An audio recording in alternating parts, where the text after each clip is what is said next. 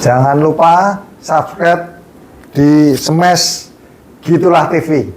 Share juga ke teman-teman semua. Halo badminton lovers, gimana kabar semuanya? Mudah-mudahan dalam keadaan baik ya, dan bisa melaksanakan aktivitas sebagaimana biasanya. Kembali bersama saya Nurul Hamami dan Smash Gitulah TV. Kali ini kita akan membicarakan tentang ganda putra di turnamen China Open 2023 yang akan berlangsung mulai 5 September sampai dengan 10 September.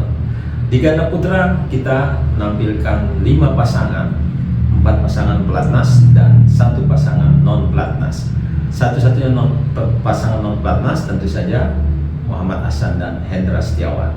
Kemudian 4 pasangan pelatnas ada Fajar Alfian Muhammad Rian Ardianto, kemudian ada Leo Roli Chandando dengan Daniel Martin, kemudian ada Muhammad Soebul Fikri dengan Bagas Maulana, dan ada Pramudia Kusuma Wardana dengan Yeremia Bambita. Bagaimana peluang pemain-pemain kita atau ganda putra kita di China Open yang berhadiah total 1.250.000 US dollar atau sekitar 18,5 miliar rupiah, dan juara ganda putra akan memperoleh 92.000 US dollar atau sekitar mereka akan mendapat sekitar 1,8 miliar rupiah. Nah, sebelum kita bicara peluang di 2023 ini, 2019 menjadi kenangan yang juga cukup manis bagi ganda putra Indonesia, di mana 4 besar atau semifinalis kita menempatkan 3 pasangan di sana. Yang pertama pasangan Marcus Gideon dengan Kevin Sanjaya Sukamulyo yang akhirnya menjadi juara. Kemudian Muhammad Ahsan dengan Hendra Setiawan yang menjadi finalis dan menyerah kalah kepada Marcus Kevin. Dan yang ketiga tampil sebagai semifinalis saja pasangan Fajar Alfian dan Muhammad Rian Ardianto. Di semifinal mereka dikalahkan oleh Marcus dan Kevin. Dan satu-satunya pasangan dari non-Indonesia di semifinal China Open 2019 adalah ganda tuan rumah Li Juhui dan Liu Chen. Dan kedua pasangan atau kedua pemain dari China tersebut sekarang ini sudah tidak bermain lagi. Li Juhui sudah mengundurkan diri dan tinggal Liu Chen yang sekarang berpasangan dengan Hou Xian.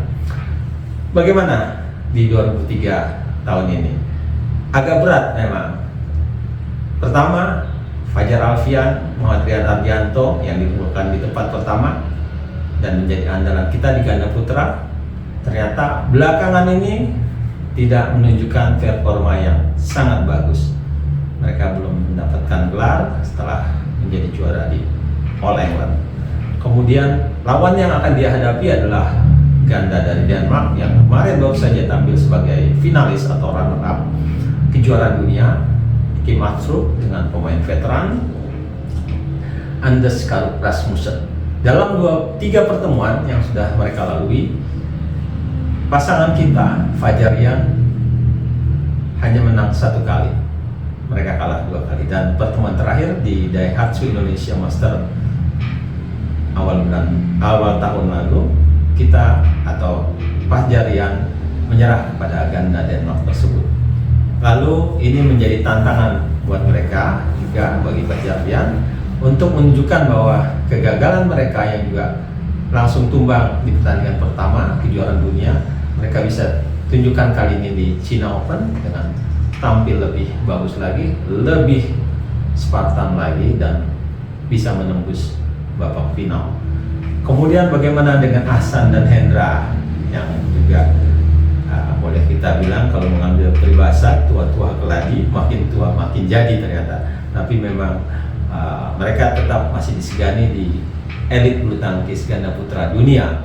Mereka sayangnya sudah harus bertemu dengan juara dunia pekan lalu, Kang Min Hyuk dan Seo Sung Jae dari Korea Selatan.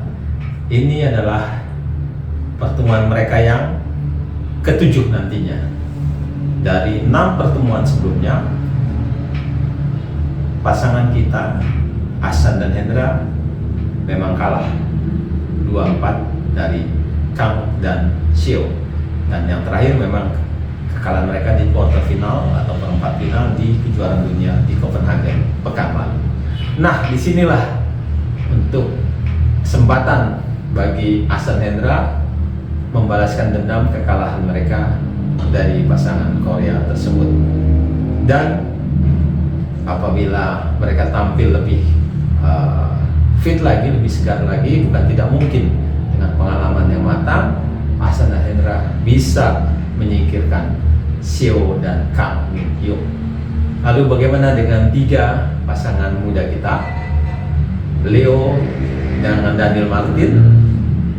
Sayang juga mereka sudah harus bertemu dengan ganda nomor 3 dunia, Liang Weikeng Wang Chang dari Cina. Memang dalam 2 pertemuan yang sudah mereka lalui, kedua pasangan ini berbagi skor 1-1. Artinya memang masih ada perimbangan antara kedua pasangan.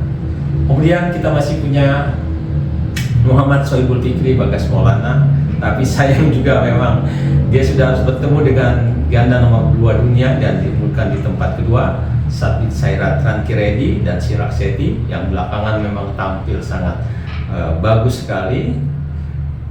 Mereka dalam 4 pertemuan memang selalu kalah. Maksud saya dalam keadaan kalah. Jadi dalam 4 pertemuan Bagas dan Fikri hanya mencatat sekali menang.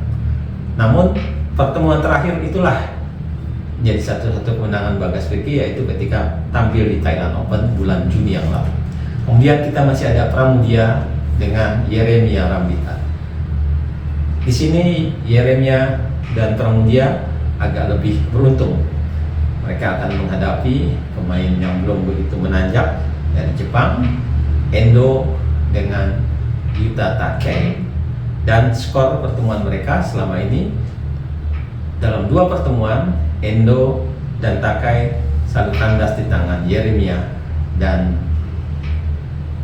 Pramudia. Kita harapkan Pramudia dan Yeremia juga bisa menyodok, paling tidak bisa menembus sampai babak semifinal, mudah-mudahan.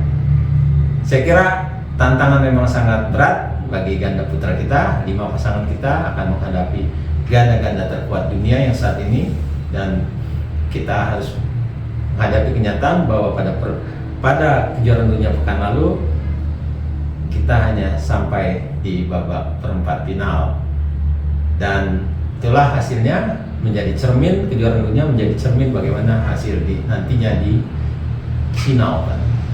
Demikian dari saya. Jangan lupa subscribe, like, dan komen. Dan juga saya ucapkan terima kasih pada badminton lovers yang selalu setia menyaksikan video-video dari Smash Gitulah TV.